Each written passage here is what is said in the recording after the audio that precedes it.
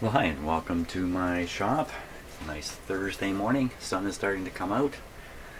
Great. So, weather's improving a little bit here.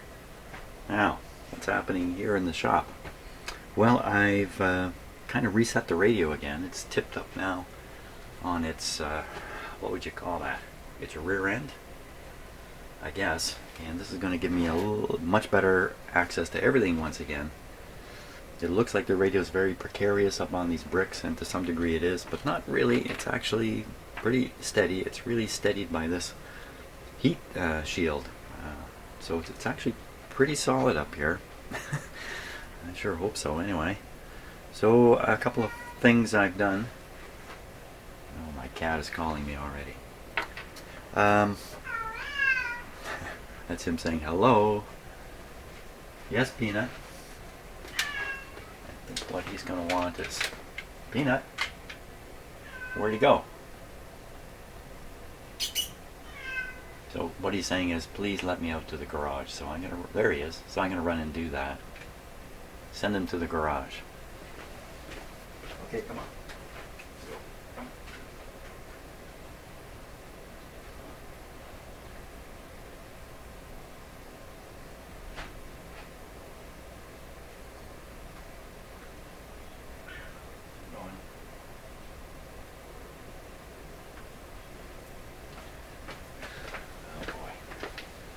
Well, I opened my garage door, and instead of him going out, she came in. So they're anxious to go outside. They didn't get outside much yesterday because of rain. So it's okay. He's given up for now. Oh, I checked it. It's going to be okay for cats outside very soon. Okay, back to what I'm doing. So another thing I did, because with this tipped this way, the heat shield becomes a heat can, and it's going to build up hot air in here. This is going to get way hotter. The air is supposed to be slipping out, right? So I've included a cooling fan, which is sitting right here. It's just a fan out of a computer from days gone by. So that's just that's just causing a bit of air circulation around the tube. So it'll make a big difference. A little bit of air is going to go a long ways there. So what I'm intent on doing first, because I don't really know for sure how to approach the situation with this radio, which seems like a low signal. I think coming into the IF, the FM signal is low, but I'm not sure. I'm not sure about that. So what I'm going to do in the meantime is I'm going to change that capacitor that's right on the detector output. For FM, there's always a large electrolytic capacitor. Let's see if we can get a little better view of this.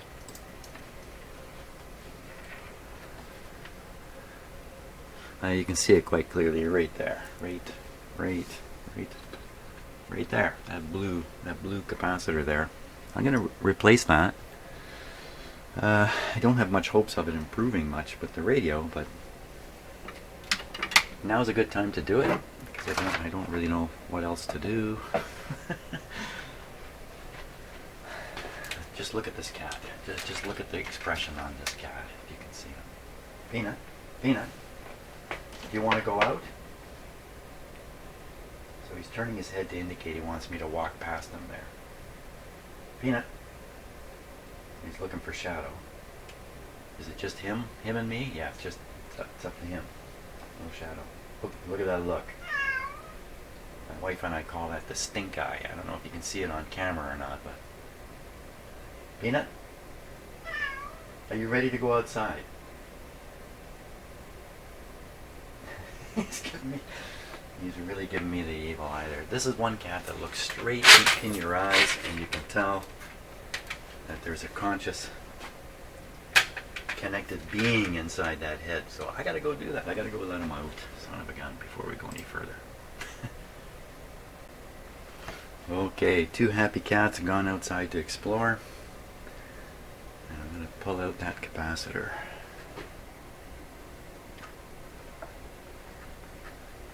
Okay, I can see it wiggling there. Come on, pull out. Yeah, pull the whole radio over here.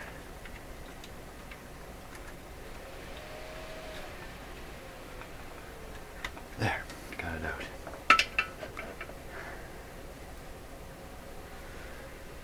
We're going to put this right on test right away. Let's make sure it's the right thing. 5 microfarads. 70 to 80 volts. So you see, it's only good for 70 to 80 volts. Why is it? Why is it so hot? I think I can figure that out pretty easily. Let's go right to the tester here. Give it a test.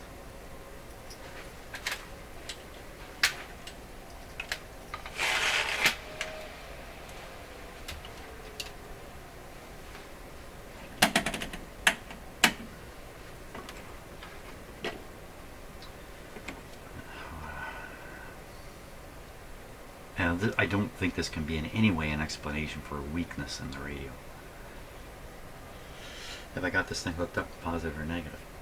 I've got it hooked up backwards, for crying out loud. How dozy can I get? You know, there was a little guy whispering in my ear, Jim, that machine has an illogical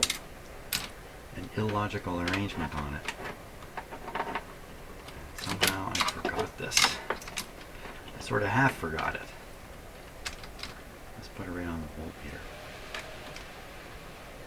Fortunately, I don't test many electrolytic capacitors with this. The other ones, the polarity doesn't matter. Okay. Okay, now we get a positive reading. 50 volts. That's interesting in itself. Let's put the capacitor back in. We'll do it the right way. Negative on the negative. Maybe it's good I didn't go for the high voltage test here.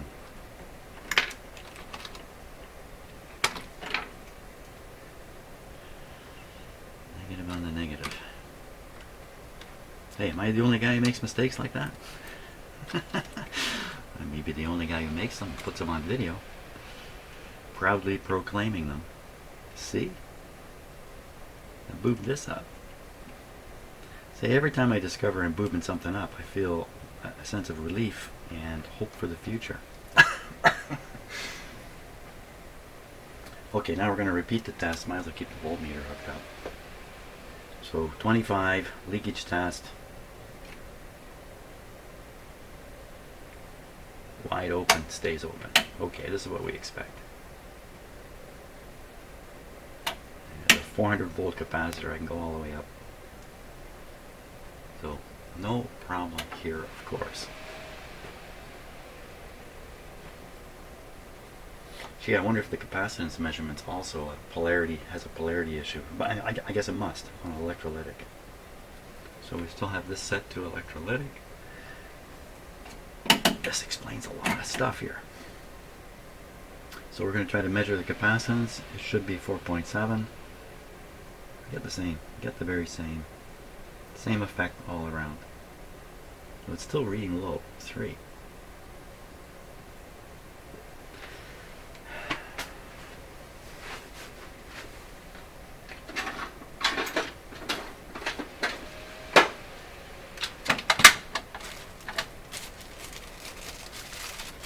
Try another one.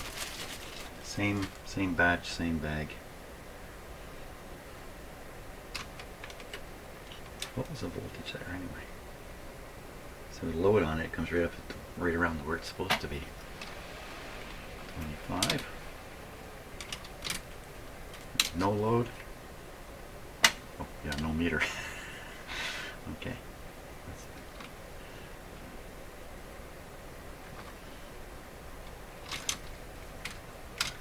Number 2. What is it? What is it? What is it? That's doing exactly the same thing. So you know, there could even be bad parts inside my tester here. I've never had this apart. I've never replaced parts in it, so I don't think there's any reason why we have to doubt these. So that's a 4.7 capacity. Oh, we got to retest the old one because I booped it up so badly. And speaking of the old one, here it is. Because I had a polarity backwards. I won't have it backwards this time. I can see the plus and the minus here. Okay, with a discharge capacitor, we'll measure its capacitance right away.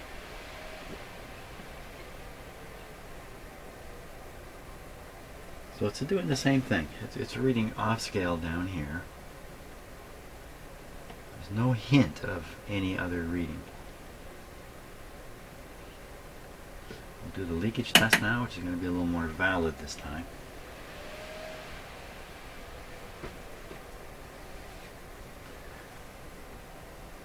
And I won't forget to remember.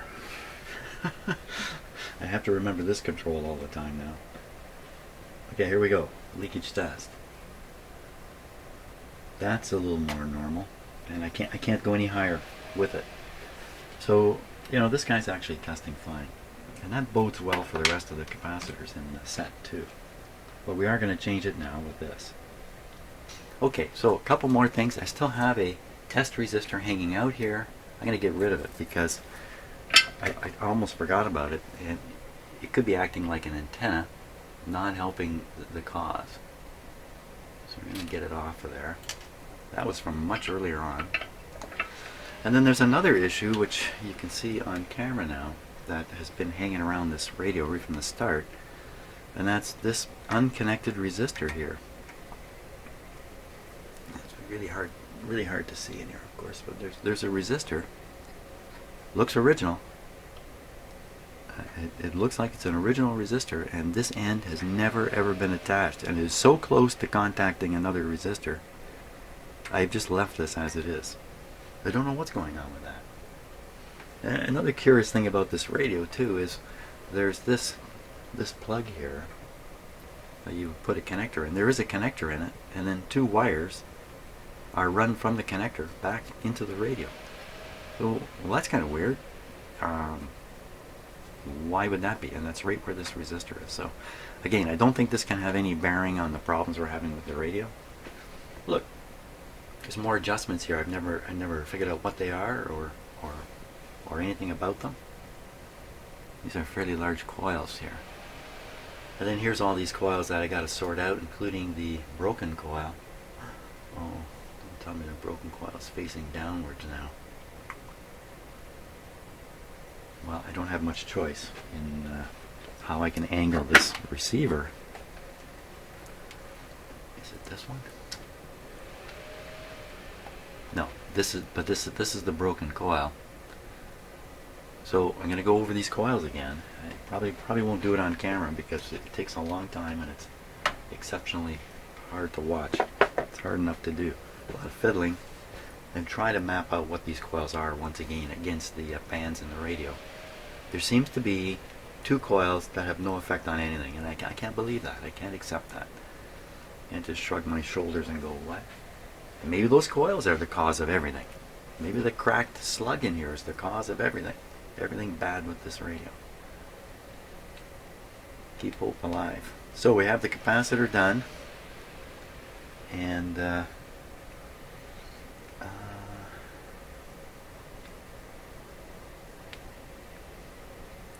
there's some other electrolytic looking capacitors, especially on the IF board, but it turns out they're not actually electrolytic.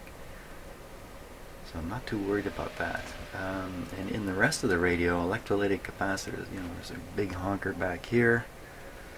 But some of the ones I've seen are in the audio circuits, and I don't think there's a problem with the audio circuits. So as for more, I'm picking on electrolytic capacitors because they're the most likely ones to not be functioning properly. As far as I can see on the schematic, there's none in a critical spot. Now I haven't studied it hard enough yet, but I couldn't find anything that I'd say, hey, that's the guy who could be draining all the signal strength out of the radio. And much of those kinds of things that could be affecting the performance, the FM performance of the radio, are inside the FM tuner can. It's pretty much out of reach. Well, okay, I've changed the part. Maybe we should test it again. Now, I'd like to do it with the antenna connected.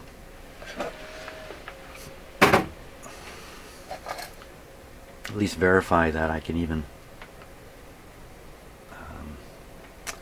Okay, I've got an idea here. Let's push this back. Let's pull the board forward with bricks and everything on it. I built a really tough bench, by the way. Okay, so it's getting a little wobbly, but I'm going to compensate for the wobble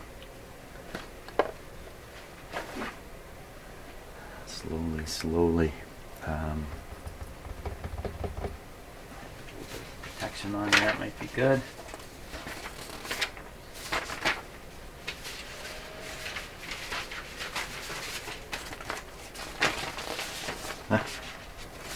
There we are.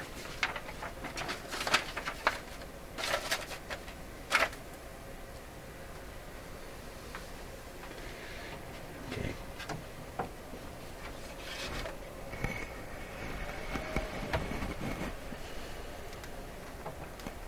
Not quite.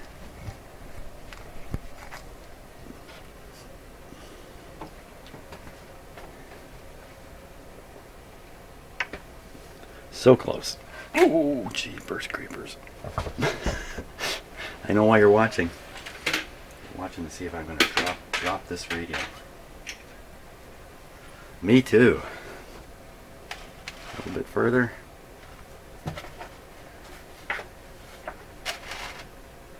Whew. Now, try this again.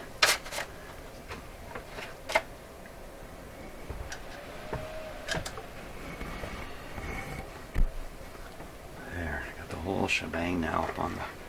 Okay, pull this way.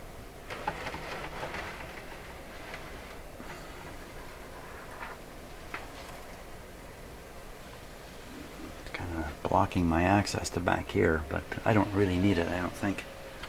We're just kind of doing a test anyway. This has got to go into the antenna.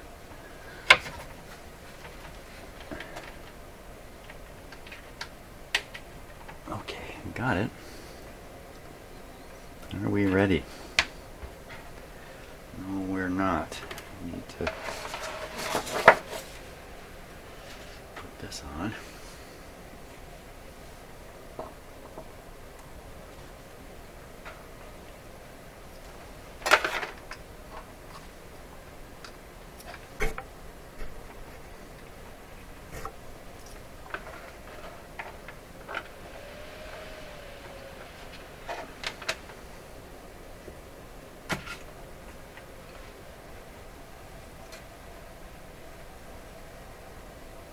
Got the speakers hooked up, still got the audio lines into the audio mixer working here. The fan going. Turn the fan speed up just a bit.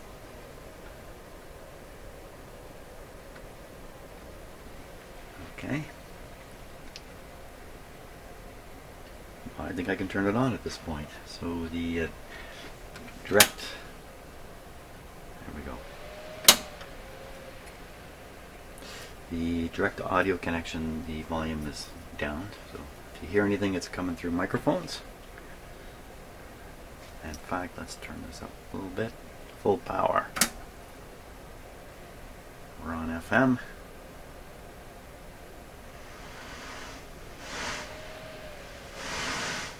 There's a lot of hiss volume.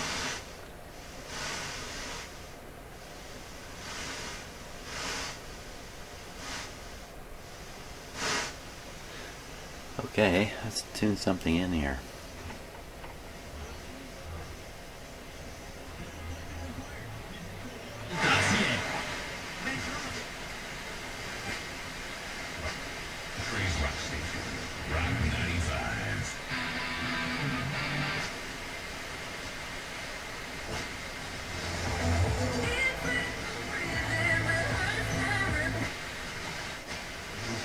Manson. They became the dramaturgs of Rabbit at some point, and they really helped to put it on, so their credit really helped. And in this one, you have to be there, but can you tell me why? So while it's playing, I can hear the hiss very clearly. In fact, why don't we pump this through the audio there? You can hear it without the microphones being involved. Let's just give me a chance here. Give me a chance. Like a bit longer from Berlin to Toronto. And it's still a one-person show? One person on stage? One and a half, I would say. Okay. So talk to me a little bit more about audiences and how you see that that relationship between the person who's...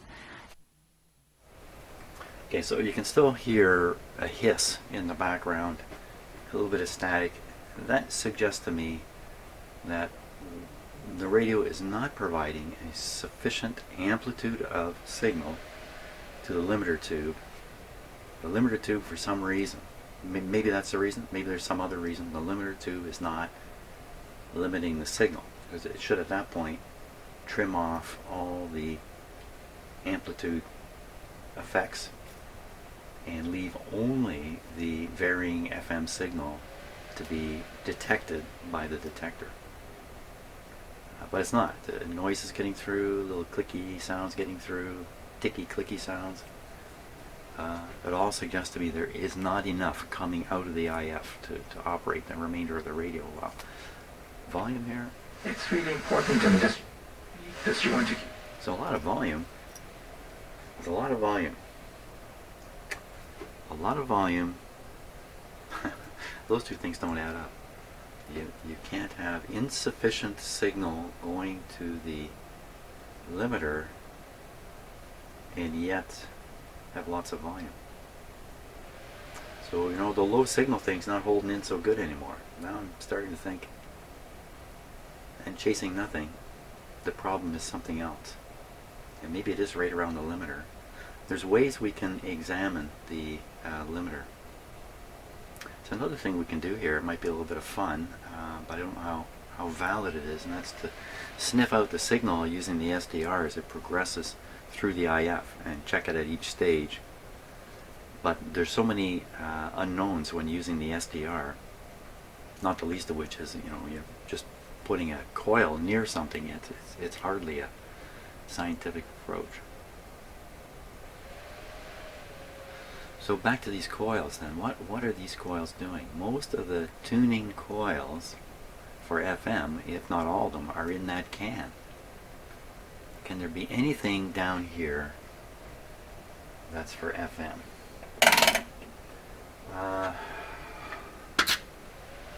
Let me put the schematic up here. We'll take a look at it. Okay, so here's the schematic, and the question is, what components are there that could be literally just draining the signal out of this radio? How can I, or maybe another approach is, I believe this is the limiter tube. How can I even know that for sure? EF80. No. Yeah, exactly, yes. Detector here, a limiter just in front of it.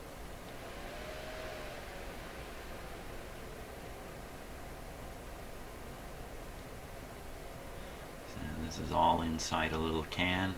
Can't get at any of this. But what comes out onto here.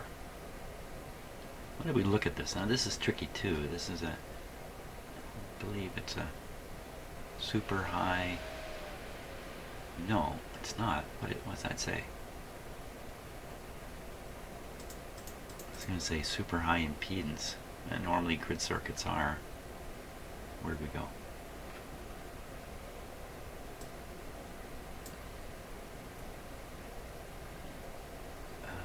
Right.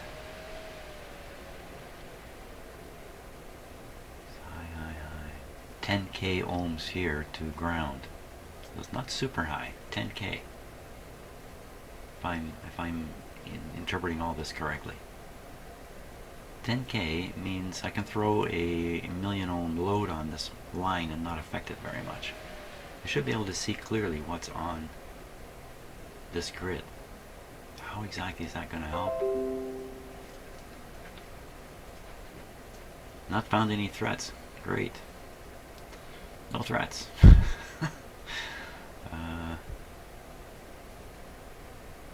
So I could look at 2 and 7.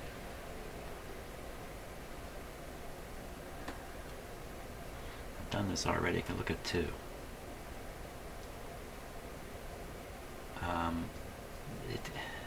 7 is where I should see a nice limited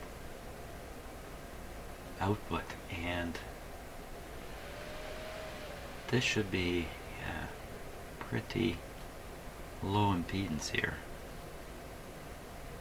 If I clip on here, I don't care what happens beyond here. I just want to look at this. So if I disturb the circuit, I got the tube isolating me away from all this stuff. So I should be able to, let's go on, let's put the scope on 7.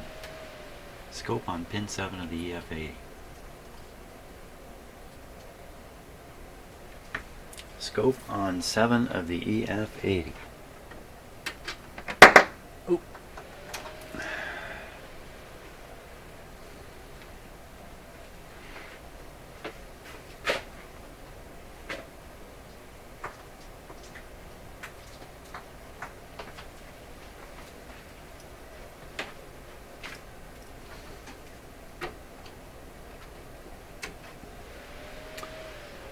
Okay, I think I got an easy way to get a look at it. The scope.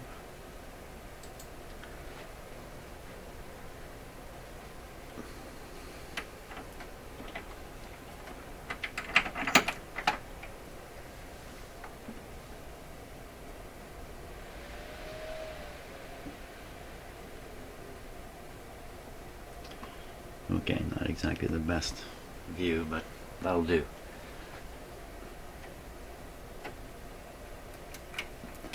That's our guy. And the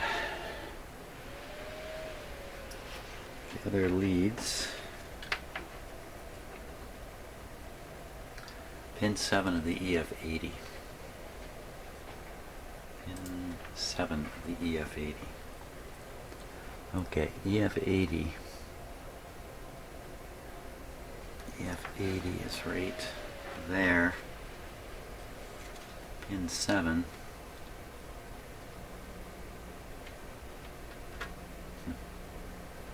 Ground loop. Okay, it's very, very low. Now pin 7. So if we count them. 1, 2, 3, 4, 5, 6, 7. Yeah, it's the one I thought it was. Previous investigations. Now there's a big DC voltage here. So I'm going to hook this up and you can watch the scope. Scope's on DC. That's 50 volts. Okay. Contact right off the screen.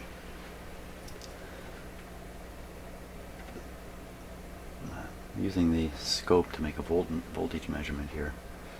51, 52, 53. So this should make it on the screen. It's a plate voltage on this tube. Yeah. So that's was that 6 divisions up. 2, 4, 6. It's about 300 volts sitting there.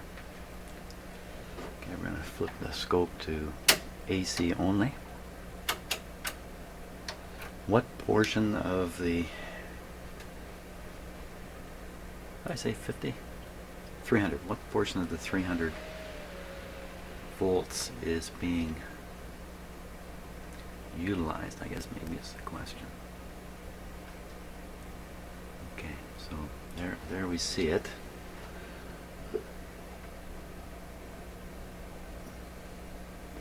So I'm on the 5 volt per division. So 5 volts of the 300 is being utilized. If that means anything, I'm not sure. Now we zoom it up.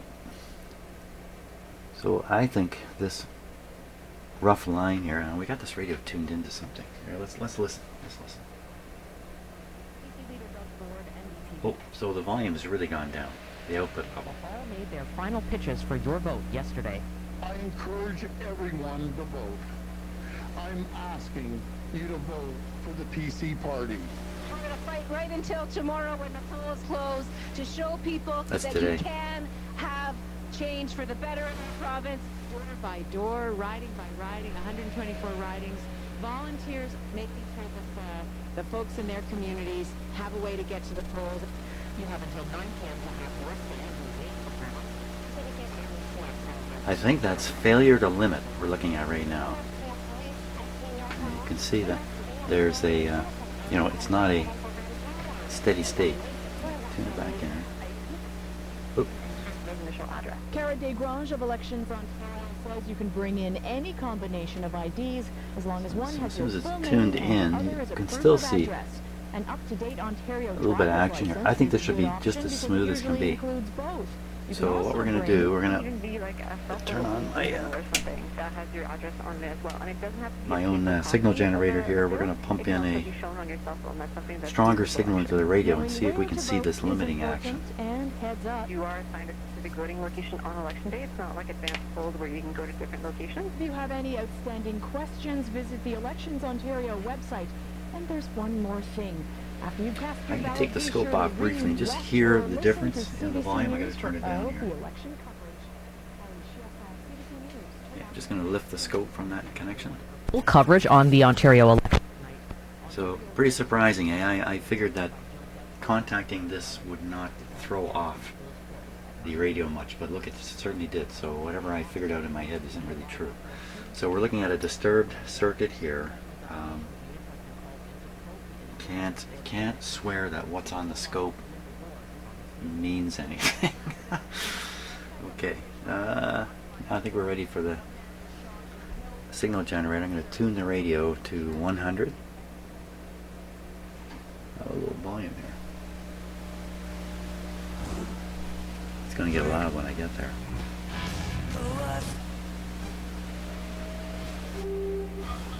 Well, it didn't get very loud. Now when I look at the scope, I see what I expect. A nice straight line here. I don't think I can reduce the signal any. That's more and more.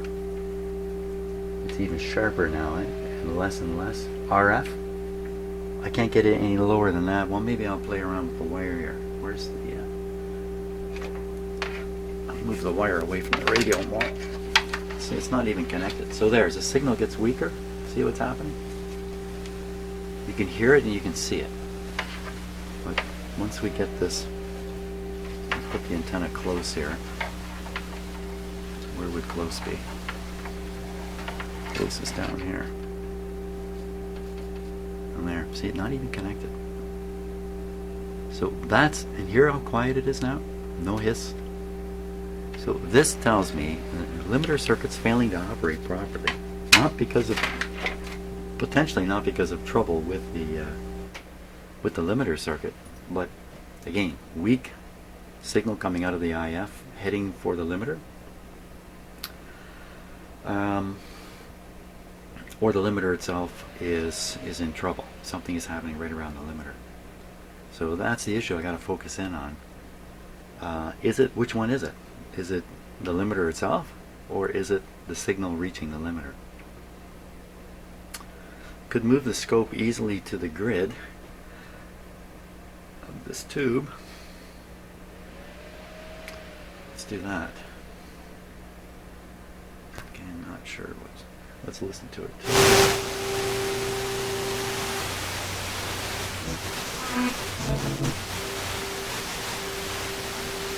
Just get that a little stronger.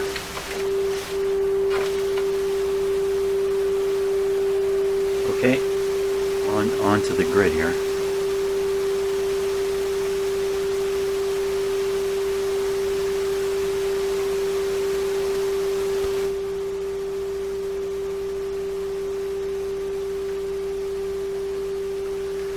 Okay, surprisingly enough, that didn't actually knock it right out. I thought it would. Now, I'm going to increase the signal the radio is receiving, or the output of the. So I've increased the output of the RF generator. You can see definitely some kind of hummy thing going on here. But notice it's fairly quiet. I still hear a bit of noise. A little bit of hiss in that.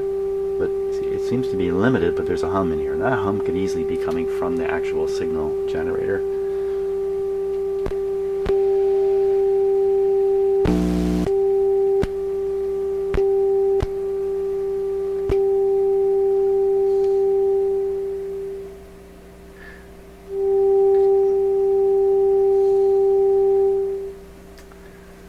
so I was just putting different modulation signals in, just looking at what happened on the scope. Don't want to comment because I couldn't sort that out. So what are we seeing now? This is what's reaching the grid. It already looks limited. Let me tune the radio here off.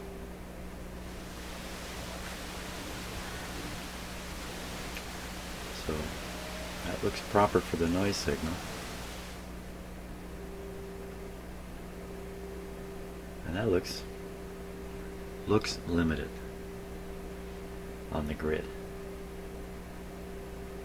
Oh, well, maybe I'm misinterpreting these. Just ignoring the hum. See, there still is a little bit of gravel in the sound there. Let me tune it a little more.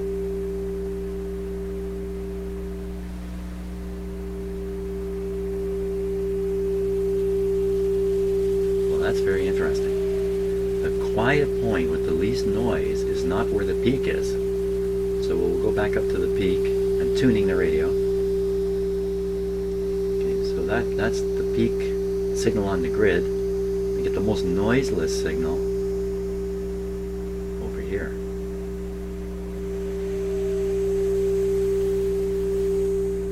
What the heck is that telling me?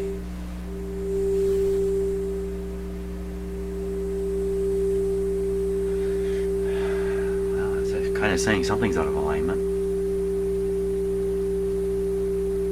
Or is it? Okay, so I'm just fishing around for observations here that are going to twig me onto something, help me nail down the problem. I don't know what that funny sound is you hear right now. Well, let's go back. Let's go further. Let's go further up in the radio. So we'll pick off. This is the grid. We'll pick. This is the grid of the EF80. We'll go up one tube, and we'll go on the grid of that tube. Let me turn up the volume here. Doesn't seem to be tuned in. I do it by ear now. I would tend to not tune to the peak. Okay, so I think that's the peak where the noise is. Oh my God, where am I going with this? Right here. So this is the output of one of the IF tubes. The IF tube. This is the plate circuit. Tune the radio. A little bit more sensitive. So, that looks really limited, doesn't it?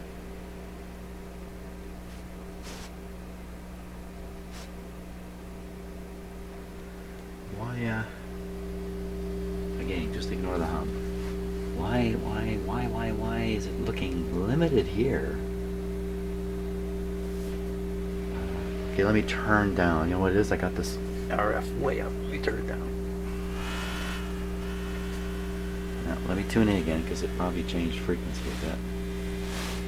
Not really. So there's no limit there. You can see the noise along the edges. I wonder if this radio works differently and limits early. This is an early FM receiver. It may be doing things quite different from what I expect. Maybe the limiting happens right at the start. It would make a lot of sense because as the signal travels through the radio, it's picking up little bits of amplitude modulation noise. It's best to limit it just before the detector. And what else would that tube be doing there? It's right on the output of the IF. What else could that tube be doing?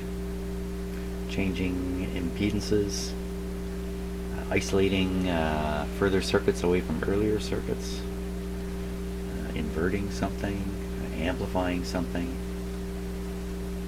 Something's drifting now, eh? I'm standing here still in my shop. Okay, who drifted? I'll tune the radio a little bit.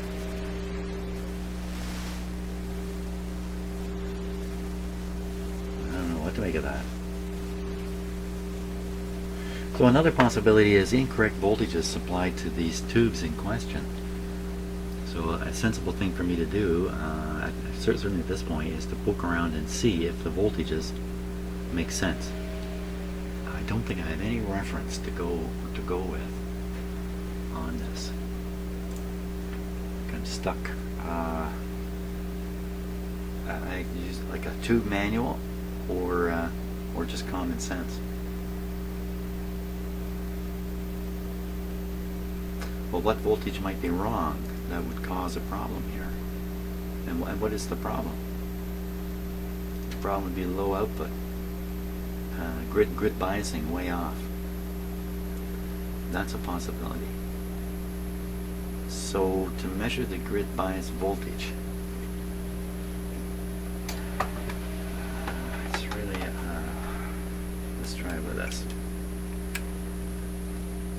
So I have to read between the cathode and the grid to get a reading. So I'm just going to put the schematic up here for my own eyes.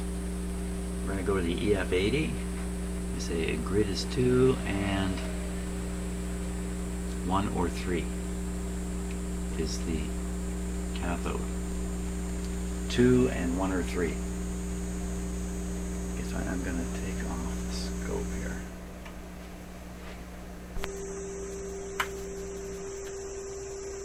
Get rid of a hum.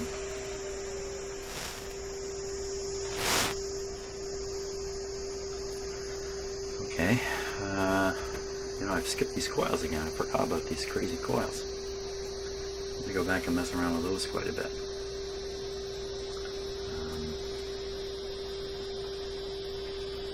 So EF80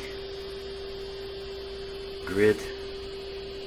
So I can see pins 1 and 3 are connected together, and I know which one's the grid. We expect a negative voltage. I'm going to hook these up to show a negative on here. And this will probably kill the radio once I get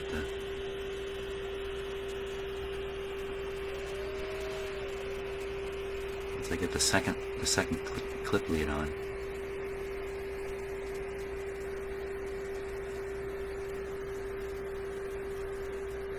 Just barely on there. Oh, scare me. Don't be scared, Jeff. Minus 0.2.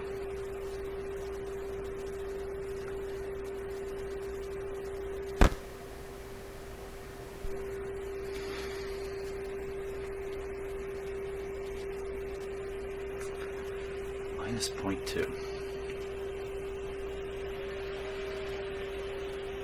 Let's try the next two back. Oh, I don't know for sure they're the same. You know, they don't look the same. 0.2. Oh my gosh. EF80. EF80.2.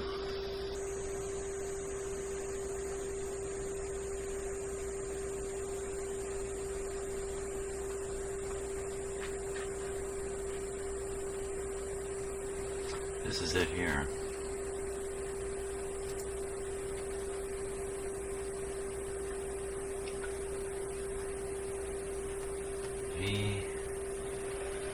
GV.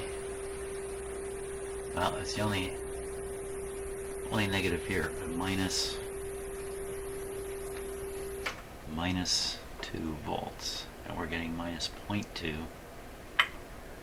on a reading that I can't be sure is correct. So where's it getting the minus 2 volts from? Let's take a look at the schematic here. EF80. Where is it getting its voltage from?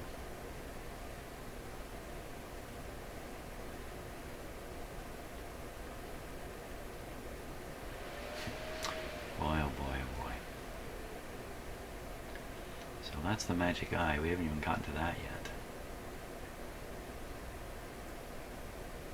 So I think out of, well, let's see, out of here comes the AM. Yeah, when this switch is in the position it's in, it's AM onto the grid here. And when you throw the switch to turn on FM, the grid gets its signal from here. From here. How can it get it from there? It's not rectified. Okay, just add that to another mystery. I don't know how that works. But look, it's the same signal that's on the grid here. It's on the grid here, pretty much.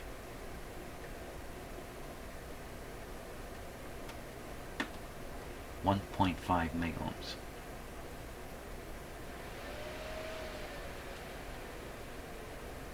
0.2 from here to here. Okay, we can measure the resistance across here, and we can measure the resistance of this. This is the guy that's generating the bias. R135. So we have to find R135 and see if, you know, these guys do get beat up because they carry a fair bit of current. They get beat up. 56 ohms. R135. R135. R135. There it is. So it's right between the 80 and this can.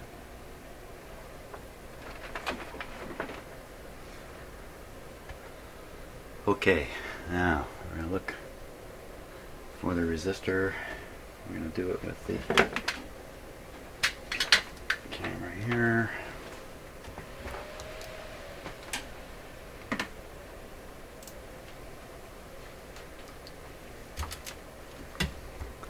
Okay, so first there's my capacitor I installed. The resistor is right between the EF80. It's right down there. It's that guy. Well. Oh! What is it? Is that just a drop? That's just a drop on top, I think.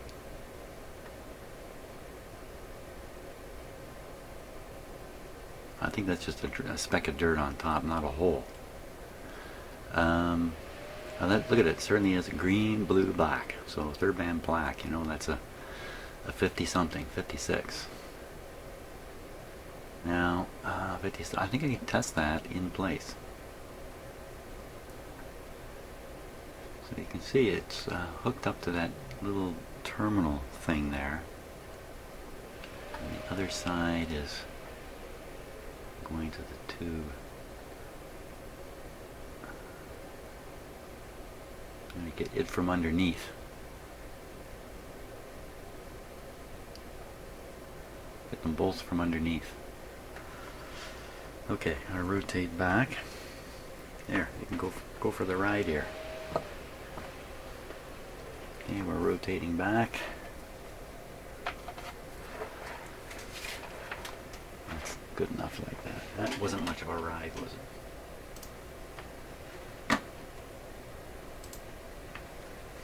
I'd want my money back on that ride. That was boring. Okay, so we're going to try to test that resistor with the ohm meter. Try this guy here.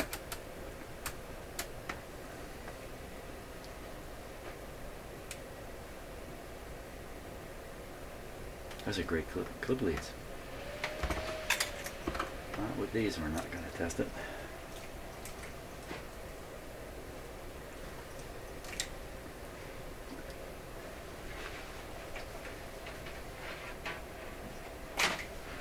Test it with some real voltmeter leads here.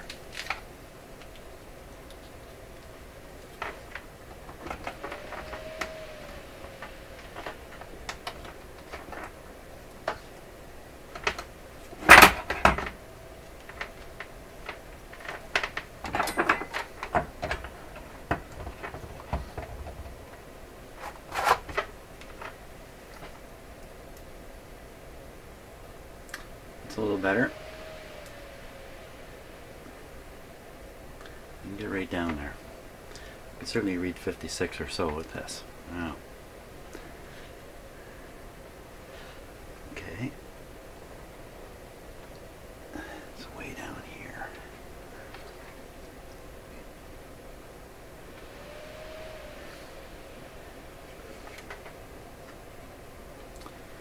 I'm pretty sure that's one.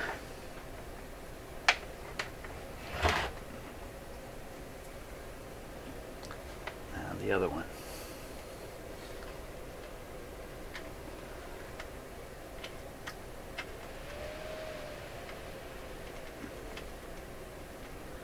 Oh, what did I get there?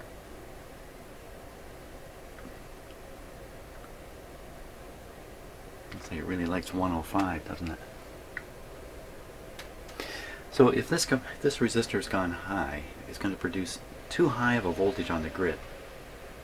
You might think, well, how can that be? You measured it so low. Well, the measurement was probably bogus. You put too high of a negative voltage on the grid, you quiet the tube down. Doesn't that sound like a hopeful situation? Let me try not from the back.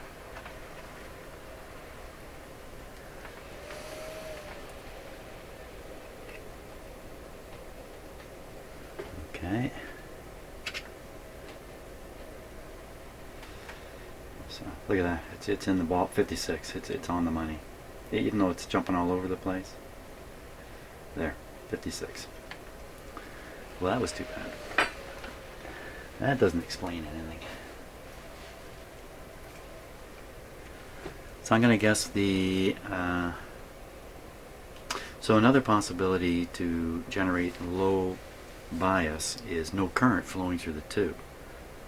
You need current flowing through the tube, but the tube tested fine. No current would flow through the tube because grid voltage so negative it's in cutoff, or B plus absent, or B plus low. I measure B plus on the EF80.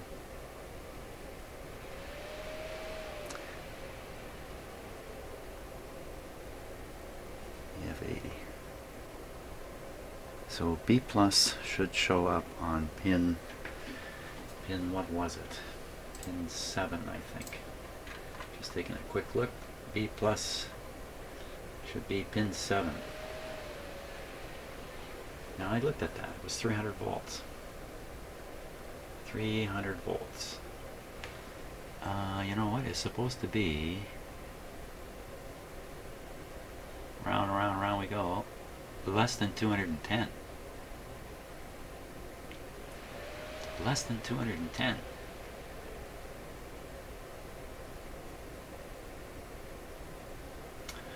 I gotta put the schematic up for you to look at here. Okay, so we're looking at the EF80. Look at the plate. Down through here, around and up to this point, 210. So it cannot be greater than 210. Why am I measuring 300? I better measure it with a voltmeter. What would that mean anyway? I don't know. Let me measure it first. Let's see what's going on. How could it possibly be higher? We really want to look at both sides of R136 because it'd be nice to know what this big bus voltage is here. Is there a statement anywhere? Right here. Do they identify it? Anywhere they give a lot here. Oh no, something else. They give a lot of currents. Yeah, they put a voltage there, 115. 115. That's not helping. 220 gets you 115 on an 808. That doesn't help me at all. Okay, so we gotta find our 197, measure both. Wait a minute, what did I do here? Oh, that's an 808. I'm not looking at the right tube. Alright, here we are. Find this R136, measure both sides, even read the resistance if I care to. R136, R136 can be found somewhere. R136. Oh, it's right out in the open here. So not far from the capacitor I replaced is R136. Okay, let's go look at it. R136. It's that guy right there. Looks like I didn't see the size. It looks like a 22 something. Let me just peek myself here. R136. Just hang on one sec. R1 1 ohm, 1K ohm. Uh-oh, wait a minute. 1K. There's no 1K there. R136 EF80. 136 back down here. I'm double checking everything. 136. I may have picked 131 to look at. It's right. EF80. It's right. Should be 136 should be right above the EF80. What? Uh-oh. Guess what? The component layout is different on the schematic. Really? Really? Is that what's going on? Oh my god. Okay, let me show you the schematic here.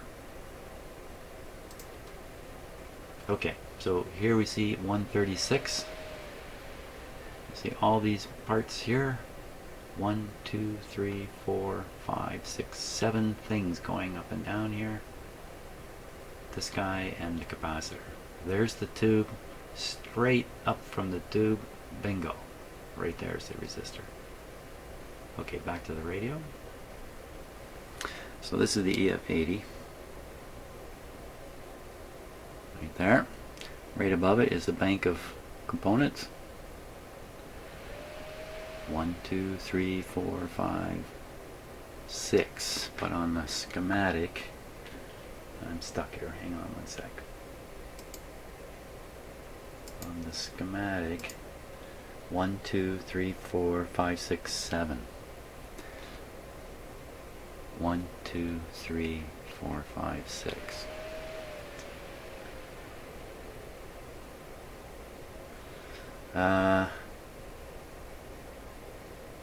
There's just less and less components here. So what doesn't match is these down here. These guys here. Maybe that's the resistor there.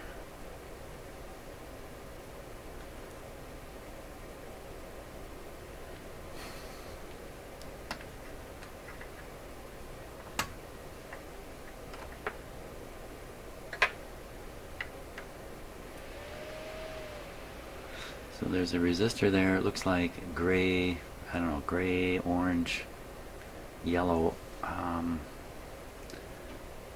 resistor I'm looking for. Oh boy, this is really not. This is not bearing much resemblance at all to the schematic. That guy, he's in the right spot, and that turned out to be correct.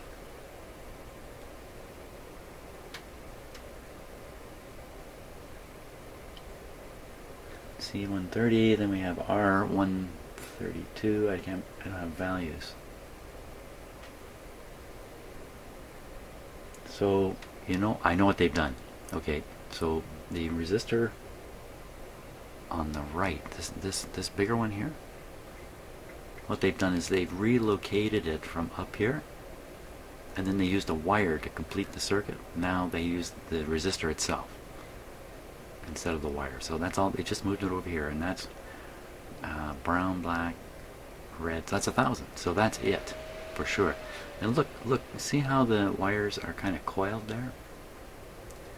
You know, that's an indication that they expect this resistor to get hot, and that's a heat sink technique there. Kind of a poor man's heat sink. Doesn't look like it's been hot. And I've forgotten even what it's doing. Why am I even interested in it? Because it has a B plus on either side. It has B plus and the plate.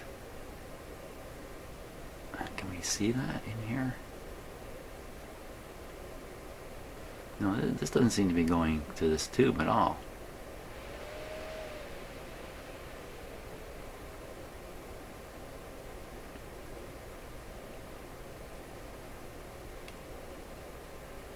There's another one over there, same way.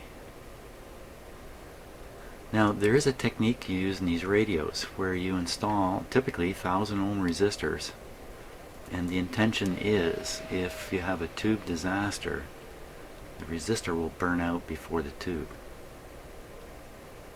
That could be what these are. And so if they're going to do that, then they're probably going to run a little hot normally because they've got to fry right up under bad conditions. So they couldn't have them running cool. Here's another one.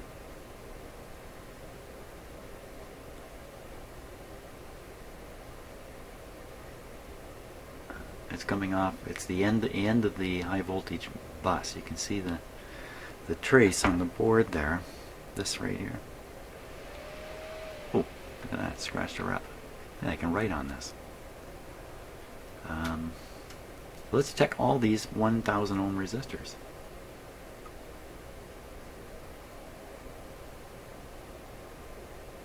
There's another one way down here.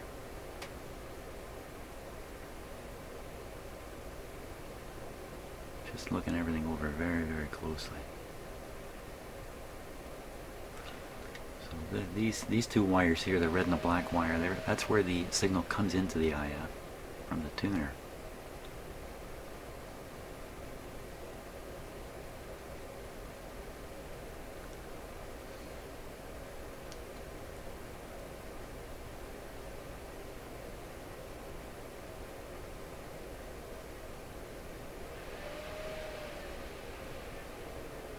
Yeah, I don't see anything. This capacitor here looks like an electrolytic. These ones, they're not. Yeah, it has a band on it. It's not for polarity. It's showing you which is the outside foil. I'm pretty sure that's what that is actually doing. I thought those might be electrolytic.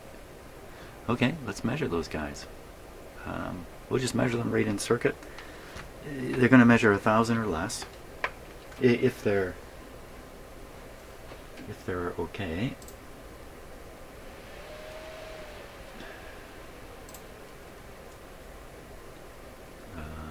One moment here. I just kind of undo my confusion. We're over an hour now on this one piece of video, so getting along in the tooth here. Should not measure higher. If anything, measure lower. Okay, so here we go on the first one.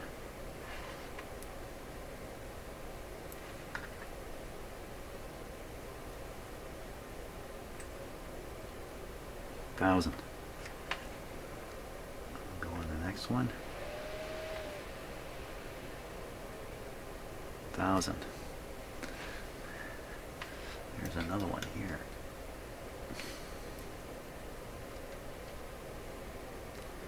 1000, and then the last one,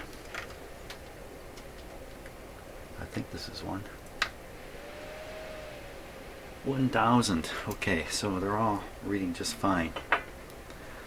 So the question then would be voltage on either side of this one. Either side of this one.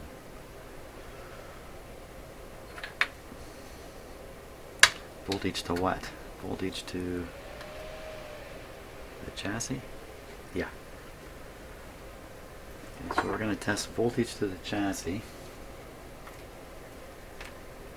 Either side, you can do all those resistors. I don't expect anything surprising at this point. I really have doubts the radio would work at all if there was anything serious going on here, but I got to eliminate it.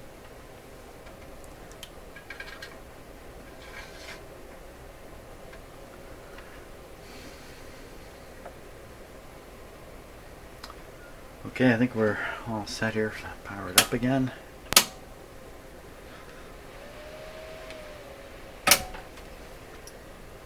Let's start looking. 1000 scale.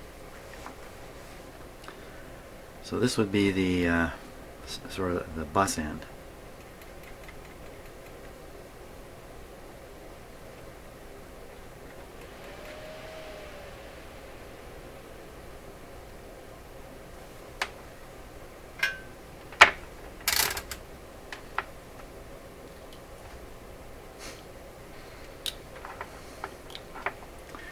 Yes.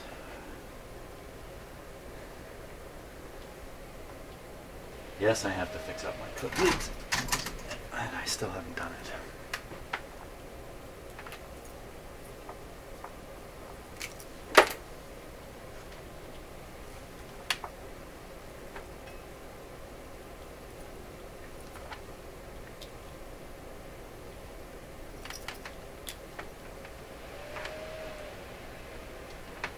Hey, using bad equipment just keeps you on your toes. Okay, high side should see my meter explode. Should see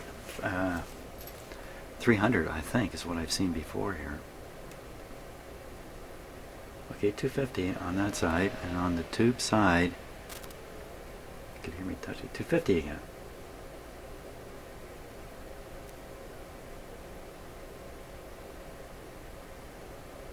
Okay, let's try that again. 257. And on the plate side, wow, that's hard to believe, isn't it? Or is it? A couple volts?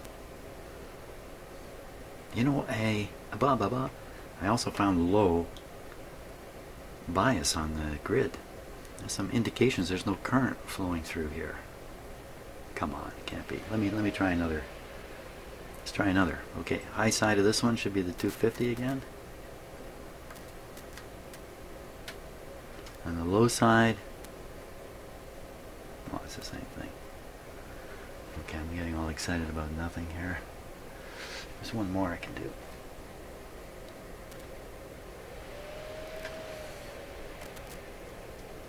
High side. I think it's plate side. No. Okay, so it must be the case 1,000 ohms. You're putting 20-30 milliamps through it. You're not getting any voltage there. That's 1,000 times a milli. You put 10 milli. Should get 10 volts. What? What? What? What? What? What? What? You know, there's another problem in trying to repair a radio is you're trying to zero in on the one thing.